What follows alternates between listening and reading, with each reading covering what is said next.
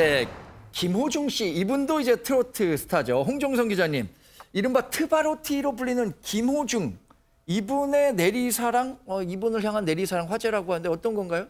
그러니까 본인이 지금 성악을 전공했잖아요. 그런데 성악을 전공했다가 트로트로 전향해서 이렇게 네. 인기 가수가 되기까지 누가 제일 고맙습니까? 얘기를 했을 때 이 선배의 이름을 얘기했어요. 누구냐면 진시몬 씨. 사실 김호중 씨가 고등학교 때 진시몬 씨 무대를 보고 전화번호를 받았다고 그래요. 근데 이 방황을 많이 할 때 진시몬 씨를 만나서 진시몬 씨 집에 가서 뭐 놀기도 하고 또 사실 진시몬 씨도 젊은 시절 발라드를 하다 트로트로 전향한 바 있기 때문에 저 진로를 어떻게 정해야 될까요? 할 때 조언을 해줬고 그래서 이제 트로트로 전향해서 안착하는데 이 선배가 큰 도움이 됐다고 하고요.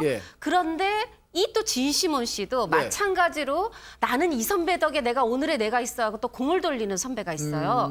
그게 누구냐 하면 한때는 진시몬 씨 소속사 대표기도 했던 우리는 바람으로 기억하고 있는 가수 김범용 씨인데 이 진시몬 씨도 데뷔해서 굉장히 어렵고 이 반지하 새방에 살고 있는데 일이 없어서 월세 못 낼 때 김범용 씨가 이 월세를 대신 내줬다고 그 부분을 아직도 고마워하고 있습니다. 어려울 때 친구가 진짜 친구라고 하죠. 그리고 그렇게 어려울 때 받았던 도움은 정말 쉽게 잊히기가 어려운데 하재영 평론가님, 근데 진시몬 씨와 어떻게 이렇게 인연이 생기게 된 거예요? 나이 차도 좀 있는데. 나이 차이도 지금 이 22살 차이고 두 사람의 이미지도 그렇게 잘 연결되지 않는 것 같은 이미지가 좀 있거든요. 진시몬 씨는 그 단정한 듯한 이미지고 김호중 씨는 좀 강한 카리스마가 느껴지는 이미지라서 별로 이렇게 친할 거라고 사람들이 생각을 안 했었는데 무려 13년 전부터 이어져 온 인연이다. 김호중 씨가 굉장히 힘들게 살았잖아요. 서울에 이제 가끔 올라올 때가 있었는데 진시몬 씨가 자기 집에 와서 자라고 그렇게 잠자리를 내줄 정도로 굉장히 잘해준 거잖아요. 연락처도 알려주고 그리고 한 10년쯤 전에는 진시몬 씨가 김호중 씨 생각하면서 노래도 발표했다고 합니다.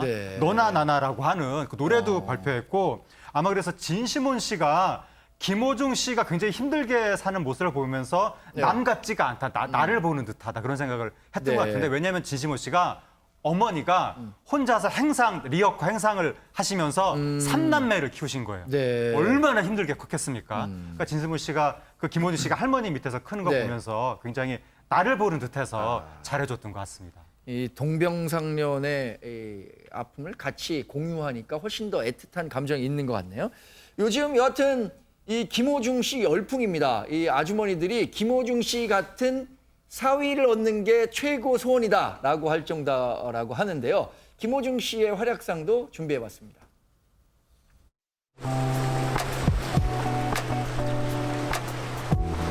갑시다.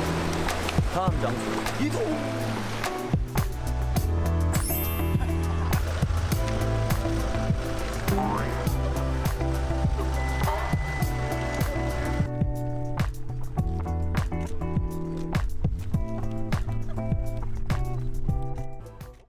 근데 이 김호중 씨가요, 처음에 이 무대를 통해서 저희에게 익숙해졌을 때는 약간 퉁퉁한, 그리고 정말 전형적인 성악가다운 체형이었는데, 아니, 살을 많이 뺀 것 같아요, 양지민 변호사님, 이 친구. 무려 13kg 정도 체중을 감량을 했다라고 하는데요.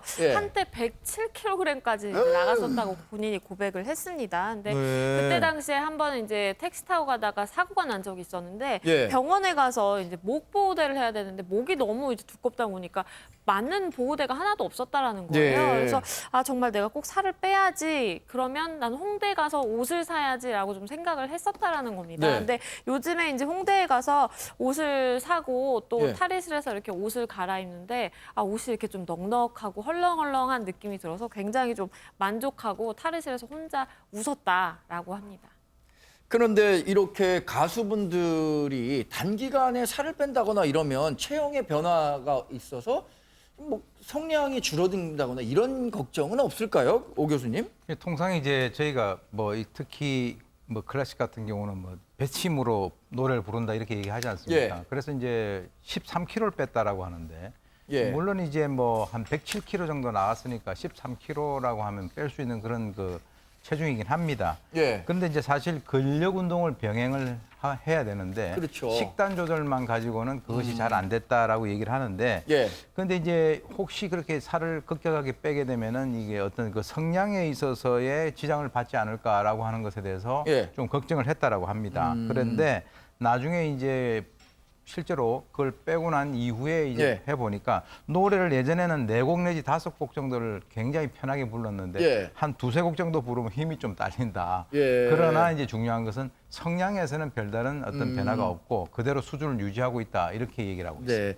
이인철 변호사님, 이분이 원래 성악을 했었기 때문에 트로트라는 노래를 부를 때 어떤 좀 다른 그 감각이 있을까라고 걱정을 했었는데 근데 여튼 다 잘하시잖아요. 그렇죠. 이분이 근데 또 이때는 좀 내가 어려웠다라고 얘기하는 순간이 있다래요?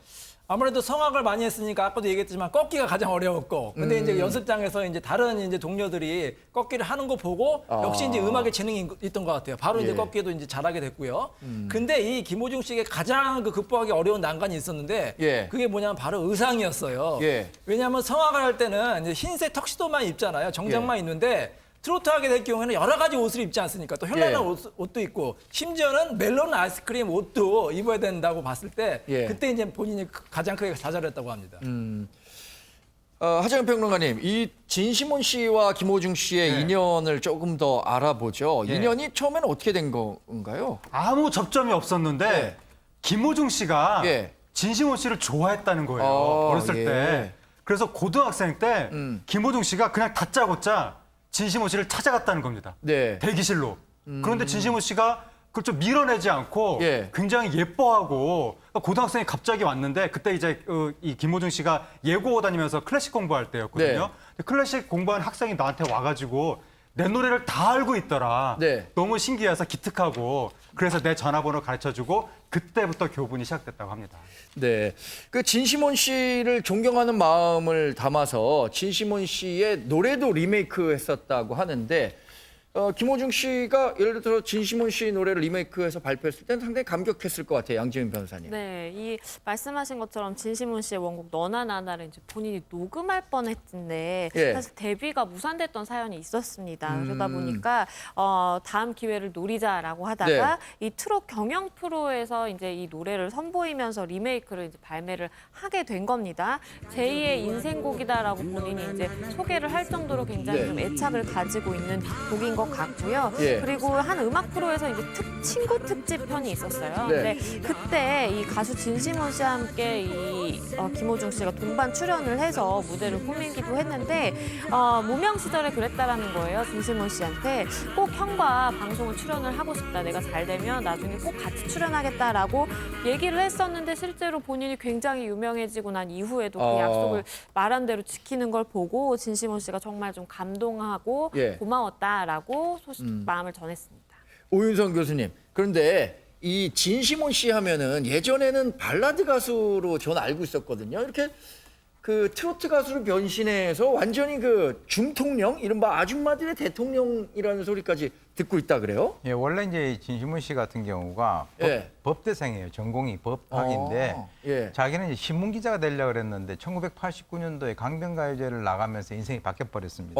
그래서 그 당시에 이제 캠퍼스에도 외로움이라고 하는 이 자작곡이 입상이 되면서 이제 가수로 이제 임명이 됐는데 이 실제로는 그 처음에 발표했던 거는 아까 말씀하셨던 대로 이제 그 락 발라드였죠. 트로트가 아니었습니다. 그래서 이제 그 이후에 제대하고 96년도에 그 애수로 가요계로 돌아왔고요.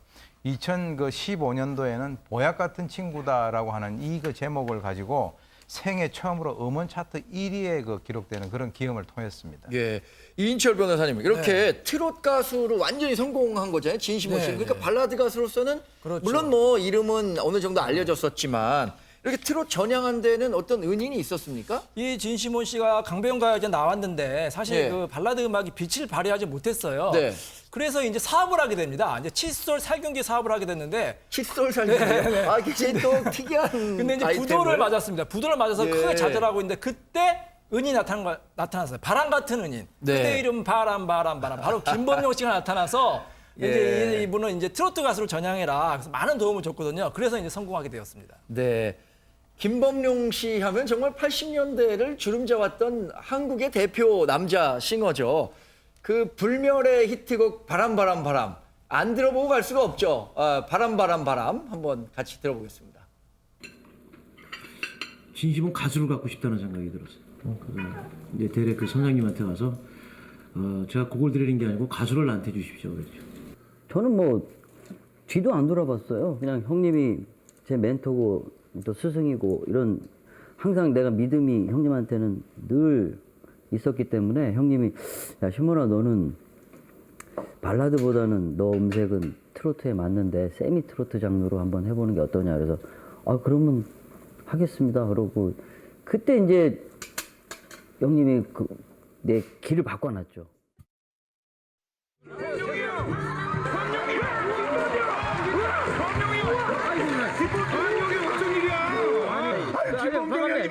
형이 얼마나 대단한 사람인데, 얘기 좀 해줘, 얘기 좀. 형 임마 옛날에 키운 사람이 얼마나 많은지 알아? 누구야? 색지대.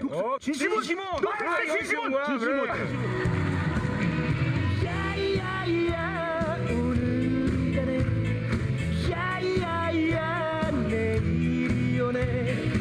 야야야 소원이 있다면 나만의 향기 남기고 싶어.